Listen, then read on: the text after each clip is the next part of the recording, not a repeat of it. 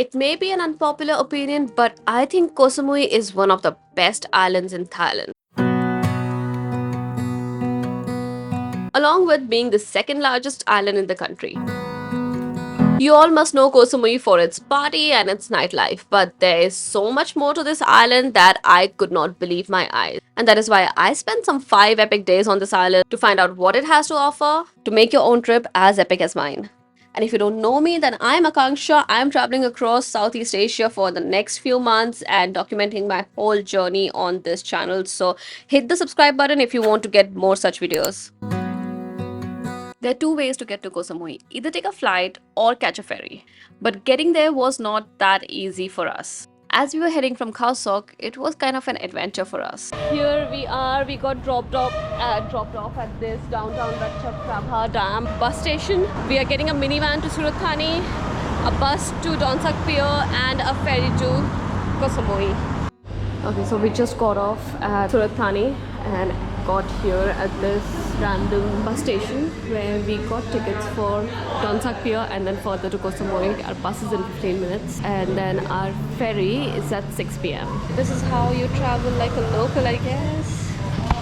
Surat Thani to Donsak Pier is 1 hour and there are multiple tour agencies that have these minivans to take you to the pier. We booked this whole transfer through our hotel in Khao Sok, our jungle camp. If you haven't watched that video, watch it. It's linked right here. And I paid 800 baht for this. Guys, you won't believe what happened. We were supposed to catch the 6 p.m. ferry, but we were here at Donsak Pier at 5 minutes to 5 and we just ran. We caught the 5 p.m. ferry. We were like running. We were the last ones to get on the ferry.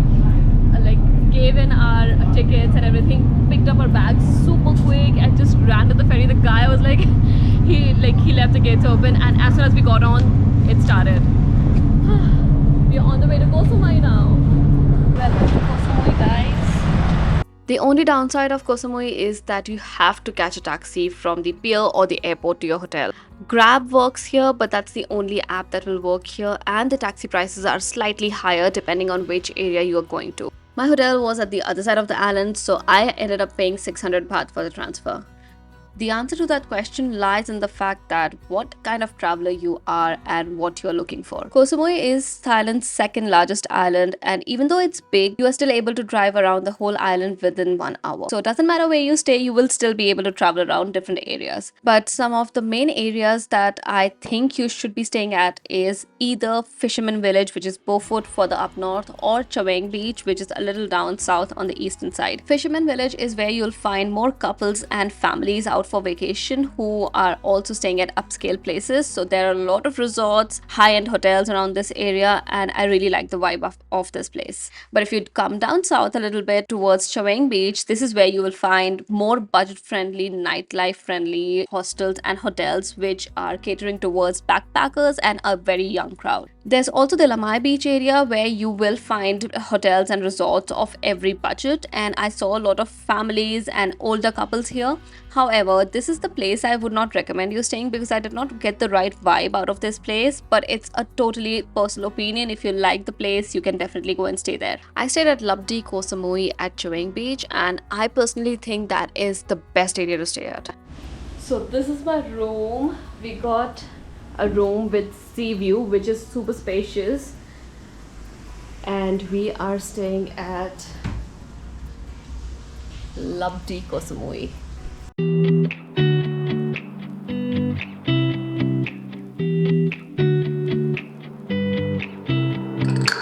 Well, as soon as we checked in, there was a party happening and we jumped straight into it. The on-site bar had so many different affordable cocktails that I was spoiled for choices, then I went straight for the bucket. And guess what? Turns out this bar has one of the cheapest drinks around this area. But don't take this place as just a party venue. They do have regular social events, but they also have quiet time and the location is just perfect. With 2 pools, a bar, an on-site restaurant and a straight access to the beach, this property has everything you can ask for the perfect vacation in Koh Samui. And if you're a solo traveler or looking to socialize with people, even better. You find similar people, similar travelers like you in here. During our stay, they had a pool party and I was so keen to be part of one. So I made sure I carve out some time out of my day to be there during that pool party. We spent one full afternoon just playing games, chilling at the pool, and having a blast meeting new people. And I think this was one of my best experiences in Koh Samui. Getting around in Koh Samui is slightly tricky. With minimum options, you either have to hire a taxi, get Grab, or rent a scooter or car. I did find these local tuk-tuks that were going around the area, but I'm not sure how much it costs. I'm sure it's cheap. And they have specific routes they operate in, so if you see these, you can always flag one down and jump on them. I was mostly using Grab, and on one day we hired a car. Koh Samui is a little hard to get around unless you're driving a car or riding a bike. I can't drive a bike, so we are renting a car today from Samui Airport with drive car rentals, and it's costing us for 2 days 58 Canadian dollars plus $15 for insurance, which is actually very, very good. And this is everything that we did in 5 days in Koh Samui. So here we are at Big Buddha, and yes, I have changed my clothes because you need to wear covered clothing here, and like my shirt was see-through. I'm not sure if it's like allowed or not, but I had just kept a t-shirt for just in case, so I just changed into that. And that is Koh Samui's Big Buddha.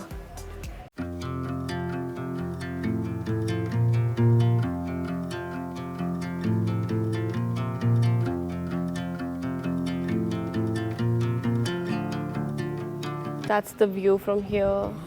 And oh, that's a ferry. I don't know, like ferries come to this part of the island. How beautiful is this? I mean, now this is the side of Koh Samui I like. Just 5 minutes from Big Buddha is Wat Plai Lem. That is Shivji. All of my Indian audience would know. Keep your eyes on the horizon. I was looking to belong when I'd already found my home.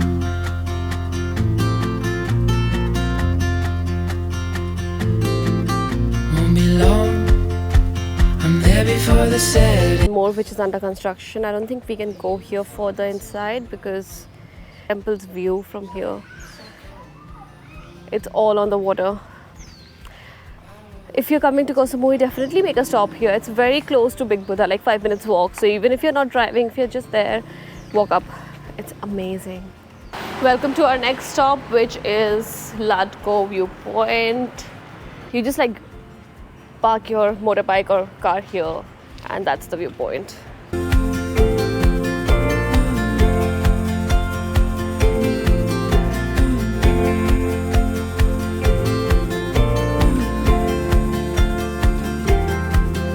This viewpoint was one of my favorites. It's easy to access, free to enter, and there were barely any people over there because it's not famous. Our next stop was the Roof Samui, which is a must do, guys, because look at this location. But to get here was one hell of a drive because the roads are definitely one of the worst. I think this is one of the freakiest roads I have ever been on.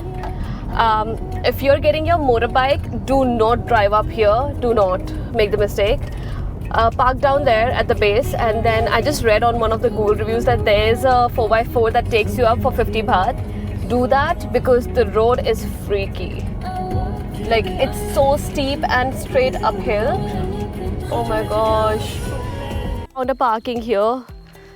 Like, this is just a random spot, but do not make the mistake of coming here on your two-wheeler or a car which does not have like a turbo engine or a 4x4. Park down there. Even if you're inexperienced and have a 4x4, do not drive up here. I think this is the car that takes you on the 4x4. And we are here. Although the drive is bad, but the view is insane.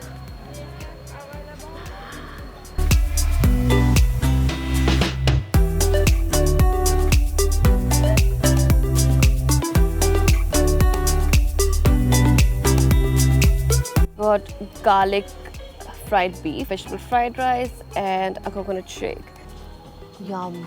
The food here was decent, nothing too great, nothing too bad, and the price point is also pretty reasonable. This is how much you would get elsewhere in Koh Samui, and they have not inflated the prices here. Basically, don't expect much from the food. I did not find it that great that I order more. I think you might need a reservation here because I see like all the places up there. I'll show you that spot, like these places are reserved, and she asked me like if you have reservation or not. I did not know, like I did not do any research about this place, so we just showed up. But I think if it's busy, if it's evening, or if it's high season, you definitely need reservation here. This place is going to be packed during that time. You know, I think when you stand at such a high point and see the whole island at one go, you realize there's so much to do and see here, and it is such a big island. And now we are in an area called Lamai. As you know, I was not ready for the beach, but we did something. I got these shorts from like a local shop nearby. I'm still not ready. I'm wearing my like sports stuff, but it's still better than leggings.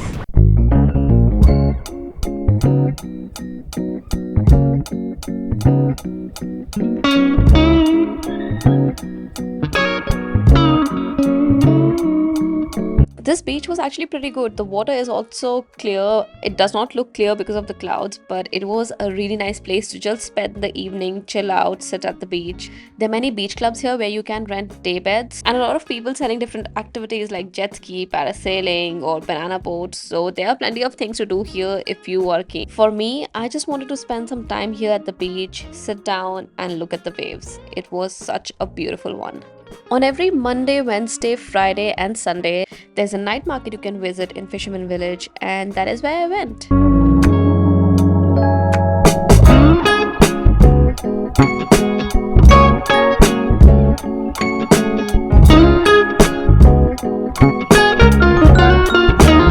This night market was a decent one, but the only problem I found here was that the prices were slightly inflated because I think the people who come here are those who are staying in luxury resorts and they are willing to spend a lot of money. There are a lot of nice beachside restaurants here, so the vibe around this area is very upscale. It's one of those expensive parts of Koh Samui. But one thing about the night market that was really good was the food options. They had plenty and I loved eating there. Thank you. So your bread was good, so let's try.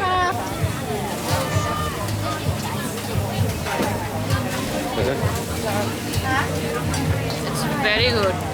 It's one of those things which is like not too sweet, and you know, like the right flavor that you can eat a lot, but sometimes it's so sweet that you can't finish. This is just the perfect balance. Oh my god, so good.